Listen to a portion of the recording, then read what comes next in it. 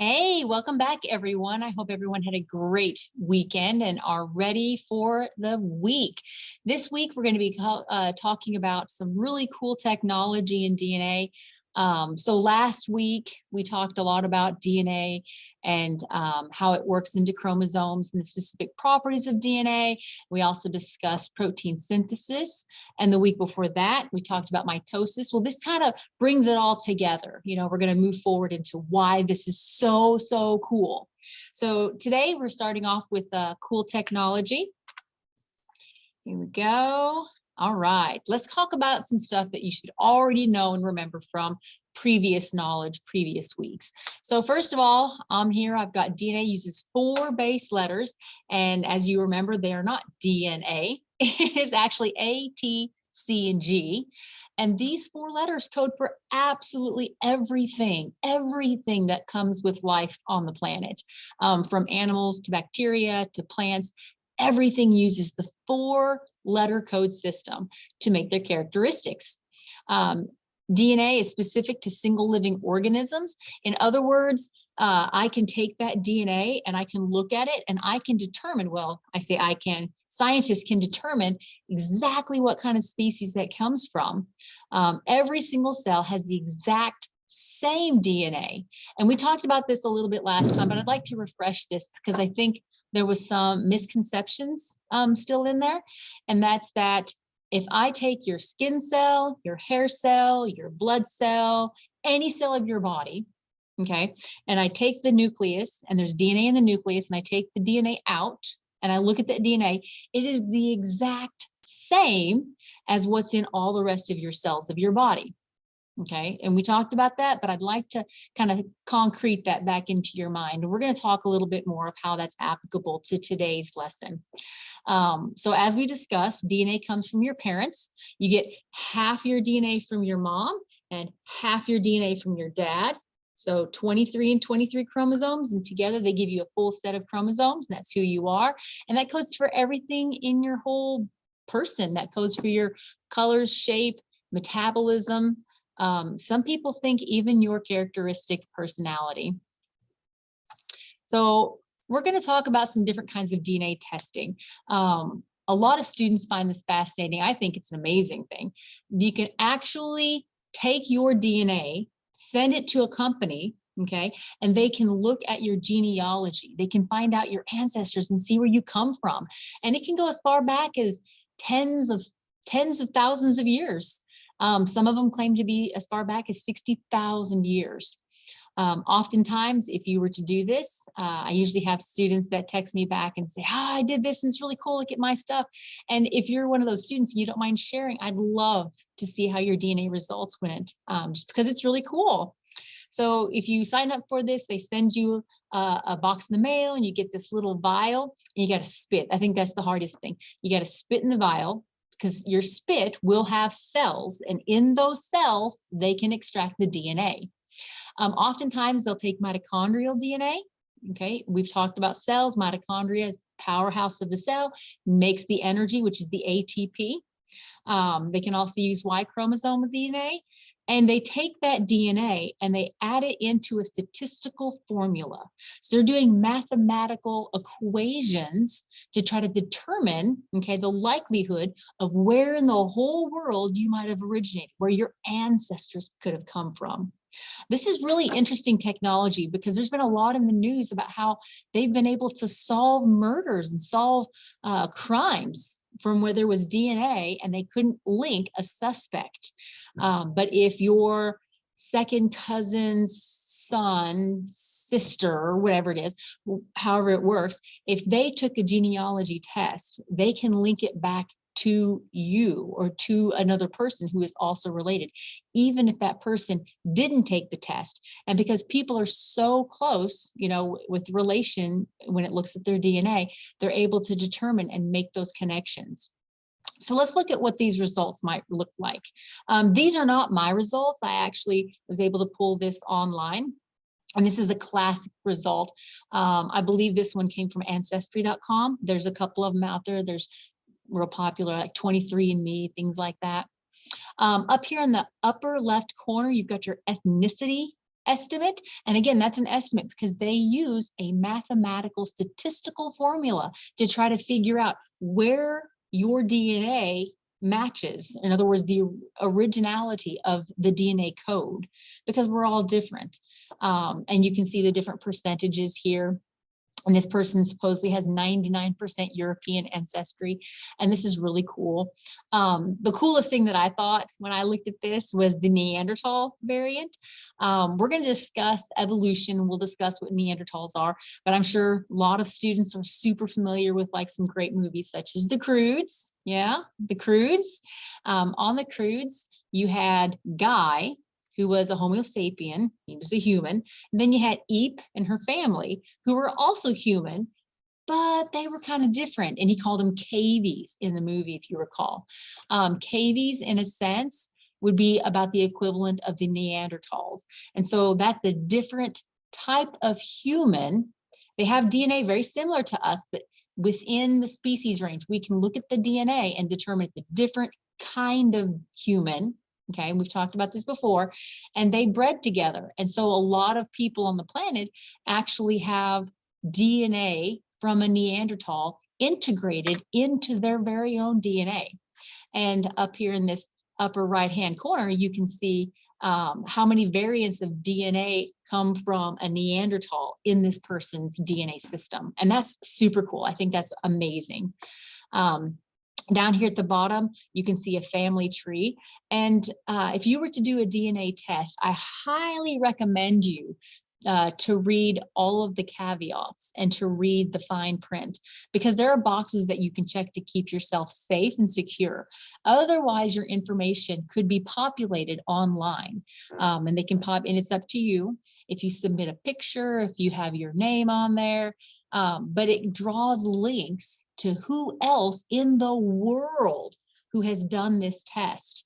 And so you can actually find people that you're related to, second, third, fourth cousins, distant relations, wherever they're at, and get information on them according to this test.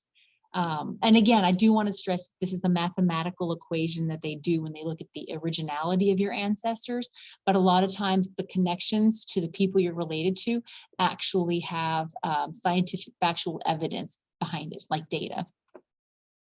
So looking here we start off with the clones. Got some Clone War stuff up there. No, not those kind of clones, not those kind of clones. So I have a famous picture down here. I like to see if the students can guess, you know, what kind of famous movie this is coming off of. And a lot of people are familiar with the movie of Jurassic Park. So in the movie of Jurassic Park, here's the scientist, or actually he's just the rich guy that funds it all. He has this mosquito here in this amber, and they have blood that the mosquito supposedly had sucked off of a dinosaur, encapsulated, got stuck on amber and encapsulated itself in amber and was preserved through all of these millions of years. And they were able to extract that DNA. So like as in dinosaurs, and I love this picture, you've got all the different letters on there, kind of like the ATC, because dinosaurs also used the 4-letter code system to make up their characteristics as they read a book. But no, not quite like dinosaurs. That's a little bit of a stretch, because the DNA probably would not be able to hold its value or hold its integrity that long in anything. But cloning is a real thing. So here's some different things about cloning. It's a group of identical cells. Okay, so you have a parent cell, and this parent cell creates daughter cells. The daughter cells are exactly the same as the parent. You have one source of DNA. So for you to have a clone, you have one source of DNA and you make an exact copy. And that's just like what we've learned with mitosis. Mitosis, like mitosis for my toes, right? You stub your toe, you need to go ahead and have those skin cells replaced just like they used to be. And so you want to have those exact copies. That's in a sense like cloning. Okay, well, in this case, cloning, which is an asexual reproduction, sex takes two. A or an in front of the word means no or not. That means only one source of DNA.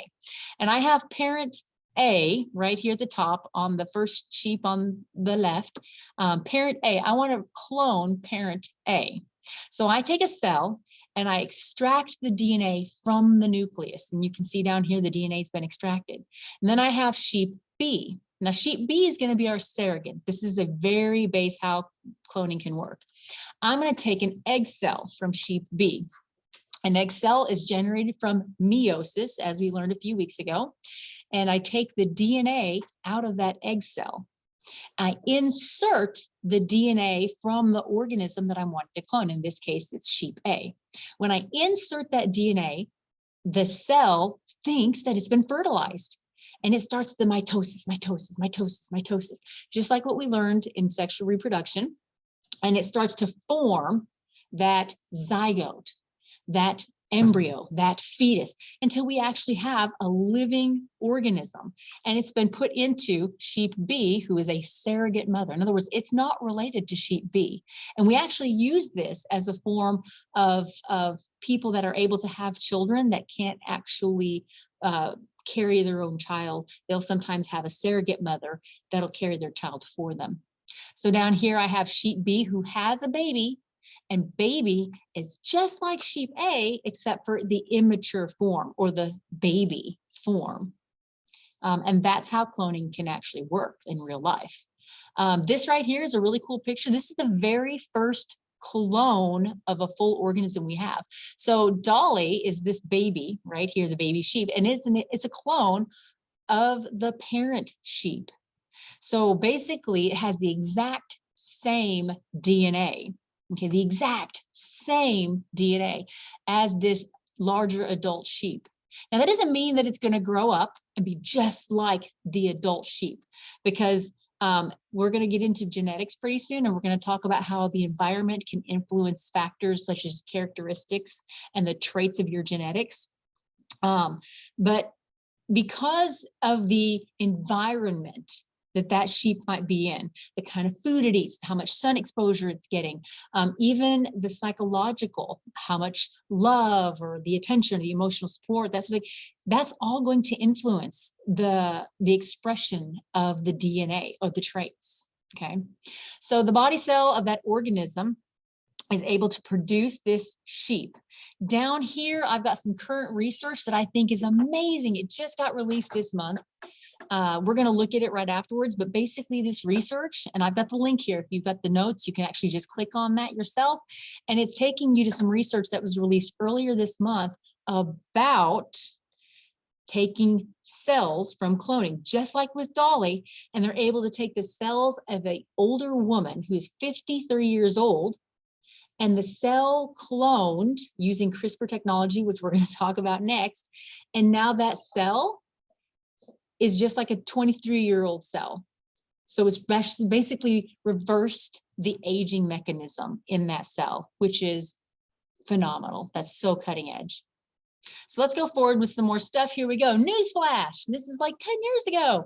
Scientists are trying to clone the woolly mammoth. They've been working on this for a long time. Is it going to happen? Maybe. Down at the bottom, I've got more information. And what they're actually looking at doing right now is similar to what happened in Jurassic Park, in that you've got the DNA. They found DNA from a frozen baby mammoth, and they took that DNA, and just like they did with Dolly, they're cloning it. And then they took that DNA after it was extracted and put into another surrogate cell, and they're going to try to put it into an African elephant, which is the largest elephant species on the planet, and see if they can't grow a mammoth. And they've been coming across some different roadblocks because science isn't as perfect and smooth as it sounds. There's a lot of trial and error. But the 2021 news flash at the bottom here is another link, and it's showing the progression of how that is going. And we'll visit that also at the end. If you hang on, go through these notes with me. So let's talk about stem cell research, because you can't really just talk about DNA technology without talking about stem cell research. So first of all, what is a stem cell? Well, as we said, every cell in your body has the exact same DNA.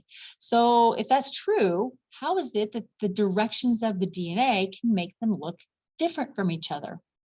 Well, it's actually very similar to Christmas lights. Okay, if you saw Christmas lights from a distance and you described them, and let's say that the lights had letter codes or word codes, if I saw the Christmas lights, they would read a certain way. But if I turn off some of those lights, unscrew the light bulb or whatever you got, they will look different and they will read different because they're hidden. And so they're reading a different coded pattern. And so that's how those cells can differentiate, which means they can be different. They have the exact same DNA as the other cells around them, okay, of the other cells in your body. But because those genes have been turned off and some of them left on, the reading of those genes is different, which causes the cell to be and act differently, okay? So stem cells down here at the bottom, coming back to full circle to what a stem cell is. A stem cell is a cell in your body that still has all the genes turned on. Every single gene has the capacity to influence what that cell is going to do. They're all still turned on. So stem cell research, right, wants to take these cells and they want to do studies with them. Well, where do you get stem cells? A lot of students have a misconception that all stem cells come from aborted fetuses, and that is absolutely not true. Most stem cells that they work with in research today come from umbilical cords. So your umbilical cords and even your bone marrow hold stem cells that scientists are able to look at and use. And umbilical cord stem cells are a big deal because if, for instance, you're a baby and the umbilical cord is frozen, you can actually pay companies to hold your umbilical cord stem cells, and you need something. And they've done this research. They're actually looking at trying to regrow organs using those cells. Because if they can take a cell that has all the DNA turned on and they can make that cell want to turn into, say, a heart cell. And then from that heart cell, it generates a heart. If you need a heart transplant, then they can actually use the cells from your own body to grow the organs you need instead of having to wait for a perfect match. Because even with a perfect match, you still have to take medicines in order to keep your body from rejecting that organ transplant. So taking stem cells and looking at stem cells, you can actually start to investigate different kinds of diseases. And this is good because then we want to stop those diseases. We can generate healthy cells to replace the bad ones, such as in cancers. And the growing of new parts seems very, space age and that sort of thing, but they're actually starting to do that. As a matter of fact, it wasn't long ago that I saw in Science Daily that they had taken a mouse and basically grew an ear off the back of the mouse by putting the stem cells on there. And the stem cells were able to get nutrients and blood and oxygen from being on this mouse, but they developed into an ear, which would be able to be transplanted onto another human or onto another organism. And they can also test new types of medicines using stem cells. And that sort of like negates the having to use of animals, which is kind of a nice thing because, animal cruelty, medical research, a lot of people have a very negative attitude with that. So going forward, this is the heart of this conversation, CRISPR technology. CRISPR technology has actually been around for a couple of decades, like they've known about it for a long time, but they just started actually working with it. How it works is still kind of recent. It's a way to take your DNA and cut bad DNA out and replace it with good DNA. And at first you're like, well, yeah, that makes sense. But that's really, amazing because the DNA that's in your body doesn't just let go of itself and it wouldn't be able to just hold on to another chunk of DNA. And this technology is able to utilize different components to, quote, fix DNA that might not be working. This picture right here to the right is a picture of the actual mechanism. It's called a Cas9. A Cas9 is a protein that is used in bacteria, and we'll watch some videos here in a minute to give it a little bit more of a zing of how this works because it's really cool. And they'll take the DNA and the Cas9 comes along and basically takes, I say invisible scissors, but it's not actually scissors, but they takes like this little piece like a scissors, and snips the bad DNA. Bad DNA such as genetic disorders, such as cancers, such as problems. And then we can create DNA. Okay, we can put DNA, because all DNA is A, T, C, and G, 4-letter codes. We can actually construct the DNA as it's supposed to be, because we know we have that capacity. If you recall, the Human Genome Project tells us which genes are out there, what, all the different letter codes for different genetics, and we can create that DNA as it's supposed to and insert it. And then that DNA is fixed. And then as that cell replicates, it's replicating with the DNA being corrected. Down here is a picture of them cutting out the DNA and then inserting a DNA. This sounds amazing, and it has the potential to cure lots of genetic disorders. As of right now, it is illegal to do on humans, and that's a lot of ethical issues right there. But it has been done. Down here's a picture of these 2 babies. This is actually in China, and this made huge news. This scientist took CRISPR technology using embryonic baby cells, okay, these babies, and these babies had HIV. They had the virus, if you recall from teenage reproduction, they had the virus that causes AIDS. And because of CRISPR technology, he inserted DNA, which made them resistant to the HIV. So in other words, these babies cannot get HIV. They're resistant. And that sounds like such a great idea, such a good thing, but there's a lot of moral and ethical implications about whether or not that it's okay for us to, in a sense, play God.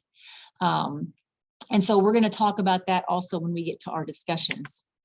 So the next slide, here we go. Super cool videos. Let's see. Right here.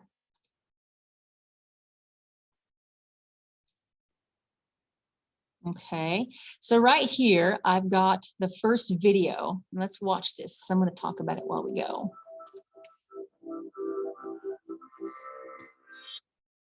From the smallest single-celled organism to the largest creatures on Earth, every living thing is defined by its genes. The DNA contained in our genes acts like an instruction manual for our cells.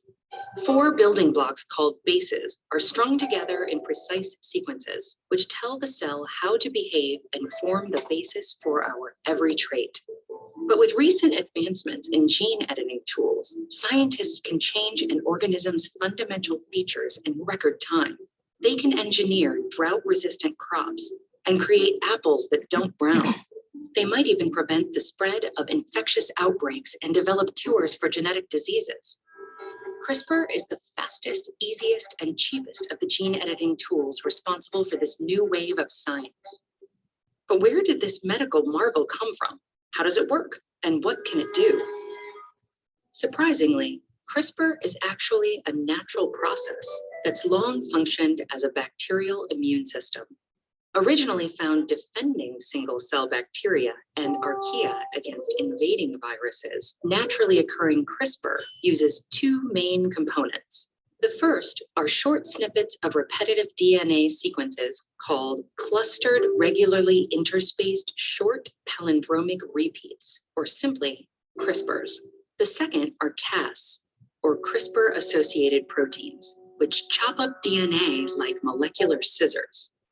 When a virus invades a bacterium, Cas proteins cut out a segment of the viral DNA to stitch into the bacterium's CRISPR region, capturing a chemical snapshot of the infection. Those viral codes are then copied into short pieces of RNA. This molecule plays many roles in our cells, but in the case of CRISPR, RNA binds to a special protein called Cas9. The resulting complexes act like scouts, latching onto free-floating genetic material and searching for a match to the virus. If the virus invades again, the scout complex recognizes it immediately, and Cas9 swiftly destroys the viral DNA. Lots of bacteria have this type of defense mechanism, but in 2012, scientists figured out how to hijack CRISPR to target not just viral DNA, but any DNA in almost any organism. With the right tools, this viral immune system becomes a precise gene editing tool, which can alter DNA and change specific genes almost as easily as fixing a typo. Here's how it works in the lab. Scientists design a guide RNA to match the gene they want to edit and attach it to Cas9. Like the viral RNA in the CRISPR immune system, the guide RNA directs Cas9 to the target gene, and the protein's molecular scissors snip the DNA. This is the key to CRISPR's power. Just by injecting Cas9 bound to a short piece of custom guide RNA, scientists can edit practically any gene in the genome. Once the DNA is cut, the cell will try to repair it. Typically, proteins called nucleases trim the broken ends and join them back together. But this type of repair process, called non-homologous end joining, is prone to mistakes and can lead to extra or missing bases. The resulting gene is often unusable and turned off. However, if scientists add a separate sequence of template DNA to their CRISPR cocktail, cellular proteins can perform a different DNA repair process called homology-directed repair. This template DNA is used as a blueprint to guide the rebuilding process, repairing a defective gene, or even inserting a completely new one. The ability to fix DNA errors means that CRISPR could potentially create new treatments for diseases linked to specific genetic errors, like cystic fibrosis or sickle cell anemia. And since it's not limited to humans, the applications are almost endless. CRISPR could create plants that yield larger fruit, mosquitoes that can't transmit malaria, or even reprogram drug-resistant cancer cells. It's also a powerful tool for studying the genome, allowing scientists to watch what happens when genes are turned off or changed within an organism. CRISPR isn't perfect yet. It doesn't always make just the intended changes. And since it's difficult to predict the long-term implications of a CRISPR edit, this technology raises big ethical questions. It's up to us to decide the best course forward as CRISPR leaves single-celled organisms behind and heads into labs, farms, hospitals, and organisms around the world. Wrap your head around the implications of CRISPR with this playlist on. All right. So with that CRISPR technology, that is, I mean, like she said, there's moral implications. And we're actually going to be talking about that with our weekly discussion this week. So here's the second video. Let's talk about genes. No, not those. Those. Genes determine our traits, like eye color and fragrance. Some genes make people more likely to get certain diseases, like high cholesterol or some cancers. Whether it's cancer, HIV, or antibiotic resistance, so much of modern medicine is influenced by people's genes. If only there was a way to change them the way we change a flat tire. It turns out there is. Using a technology called CRISPR, scientists can edit the DNA of the genes that make us who we are. CRISPR lets scientists locate a faulty gene, then cut the DNA strand where it's located to remove, fix, or replace it. The DNA then repairs the cut, and the body goes back to normal. So how can CRISPR advance medicine? It could eliminate inherited conditions, like sickle cell anemia or cystic fibrosis. It could fight cancer by deleting genes to help immune cells attack tumors. It could treat HIV, herpes, or hepatitis by removing a virus's genetic information from the patient's cells. It could prevent antibiotic-resistant infections by removing the resistant genes from bacteria. While CRISPR can be revolutionary, it comes with questions about safety and ethical boundaries. That's why it's critical that scientists, like the experts at Penn, continue to safely and responsibly explore this groundbreaking technology for use only in patients with medical need. Because with clinical trials in progress around the world, CRISPR has the potential to change medicine forever. Okay, so that's kind of important stuff. And like I said, we're going to be talking about that with our discussion. Really quickly, these are the video links, just in case I can interest you into looking at it, this rejuvenating skin. And here's for the one about the woolly mammoth. Let's go back to this. If you have any questions about this or about our lesson, please make sure that you give me an email. I'm all about explaining stuff. So, all right. Until next time, we'll see you guys soon.